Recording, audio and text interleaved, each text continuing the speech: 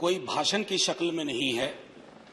एक शोक संतप्त गणतंत्र के एक अदना नागरिक समझिए या एक जनप्रतिनिधि समझिए, उसकी ओर से कुछ बातें कही जा रही हैं और सबसे पहले माफीनामा उन तमाम लोगों को जिनकी मौत को भी हम एक्नॉलेज नहीं कर रहे हैं, जो हम जान ही रहे हैं कि वो मारे गए। तो ये माफीनामा सर सिर्फ मेरा नहीं है। मैं इसलिए ये बात कह रहा हूं कि मई के महीने में मैंने 6 आर्टिकल लिखे। संसद चल नहीं रही थी, कहां अपनी शिकायत ले जाते, किससे कहते। मुझे भाजपा के मित्रों ने, कई साथियों ने कॉल किया, बधाई दी। मैं उनका भी एहतराम करता हूं और कहता हूं कि ये भरोसा इस सदन का है कि हम सबको एक साझा माफीनामा उन लोगों के नाम भेजना चाहिए जिनकी लाशें गंगा में तैर रही थी। किसी ने कह दिया ये, किसी ने कह दिया वो। सर दूसरी चीज, मैंने कल सेक्रेटरी जनरल साहब से बात करने की कोशिश की, बाकी जगह भी।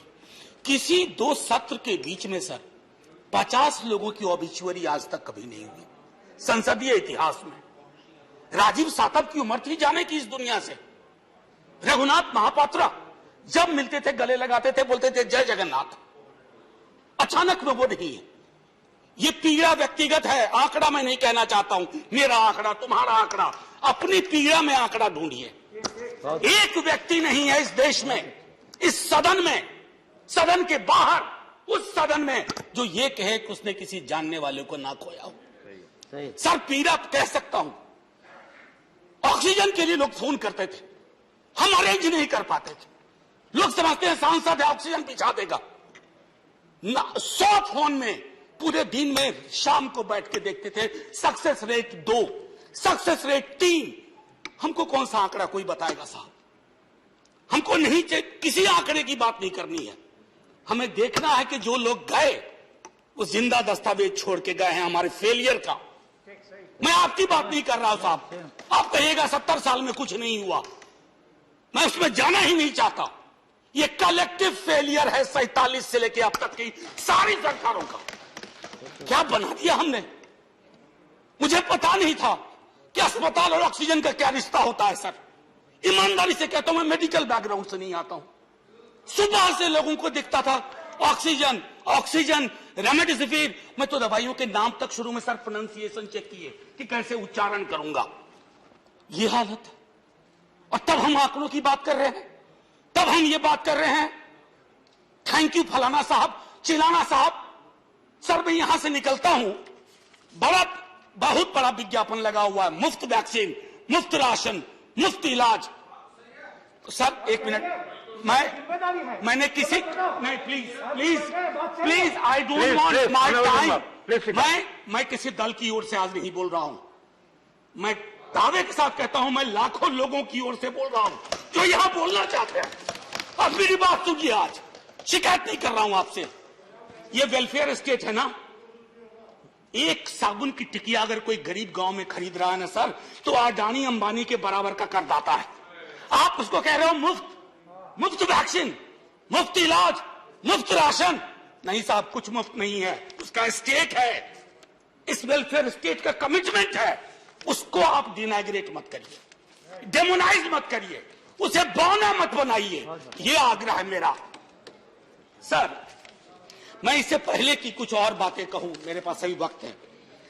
सर इस कोरोना को मैं भी मानता हूं, मेरे पूर्व के वक्ता कुछ कह रहे थे, ये चैलेंज है हमारे लिए सर। बहुत बड़ी बड़ी बातें नए कानून की हो रही है। राइट टू हेल्थ की बात क्यों नहीं करते हम लोग? राइट टू हेल्थ, स्वास्थ्य का अधिकार, उसमें कोई किंतु परंतु लेकिन परंच नहीं। सीधे तौर पे स्वास्थ्य का अधिकार constitutionally guaranteed, right to life के साथ लिंक करिए। किसी अस्पताल की मजाल नहीं होगी कि वो उस खिलवाड़ कर पाए उस राइट टू लाइफ का। करना नहीं चाहते। राइट टू वर्क, उस पर काम करिए। पॉपुलेशन को लेकर के बहुत बातें हो रही हैं साहब। डेमोग्राफी को, डेमोग्राफर्स को छोड़ दीजिए, बड़ा संश्लिष्ट विज्ञान है, लेकिन ये हम कर सकते हैं इस सदन और उस सदन में। Right to life, right to work पर लेजिस्लेशन लाइए ताकि कोई आपदा आए। अभी तो हमारे लीडर ऑफ हाउस नहीं है, नए बने हैं। उनसे मैं कहता, जब वो रेल मंत्री थे, हॉस्पिटैलिटी सेक्टर के लोगों को निकाल दिया गया। इसी कोरोना काल में मैंने लगातार आवाज उठाई, कोई सुनने वाला नहीं है सर, कोई नहीं सुन रहा।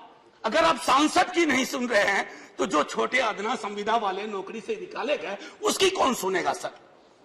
एक और अद्भुत चीज हुई इसी कोरोना के दौरान, माननीय उपसभापति महोदय, जब हाहाकार मचा हुआ था हॉस्पिटल के लिए, आईसीयू बेड्स के लिए, दवाइयों के लिए, यह हाहाकार जब मचा हुआ था उस दौर में सर कई चीजें हुई, जिसमें से एक जो महत्वपूर्ण चीज मैं जिसका जिक्र करूंगा, उस हाहाकार में सरकारें, मैं सिर्फ केंद्र को नहीं कह रहा हूं, कई राज्य सरकारें भी नदारद थी। वो 1.5 महीना कैसे बिताया है इस मुल्क ने। हमारे सदन के कोई लोग बड़े मुश्किल से बच के आए हैं, मैं नाम नहीं लूंगा। पूरे देश ने वो वक्त कैसे बिताया है, नाइटमेयर की तरह लगता है सर, डरावना लगता है। एक मेरा स्टूडेंट पढ़ा है, वह 37 साल का, हॉस्पिटल का बेड जब तक मैंने अरेंज किया वो दुनिया छोड़ के जा चुका था। मैं इसलिए बार बार इसको इसलिए ये कह रहा हूं कि इसमें व्यक्तिगत पीड़ा को ढूंढिए, तब हम इसका निदान ढूंढ पाएंगे।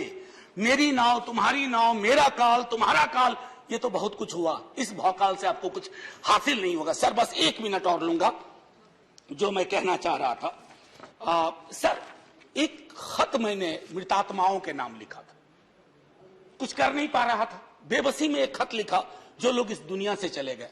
उसमें कुछ मैंने सलाह दी थी सर सरकार से, और ये जो उस बीच में कहा गया कि सरकारें फेल नहीं की, सिस्टम फेल कर गया। अरे साहब, ये सिस्टम क्या है? बचपन से सुनते थे कि सिस्टम के पीछे व्यक्ति होता है, सिस्टम के पीछे एक संरचना होती है।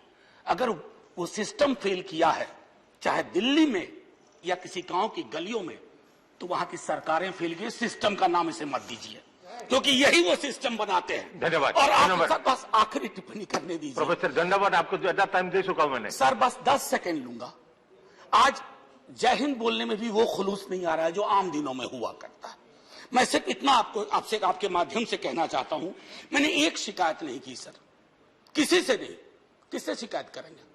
आहत हूं, जगाना चाहता हूं स्वयं को भी, आपको भी, क्योंकि अगर गंगा में तैरती लाशें, सर जिंदगी में डिग्निटी चाहिए, मौत में उससे बड़ी डिग्निटी चाहिए।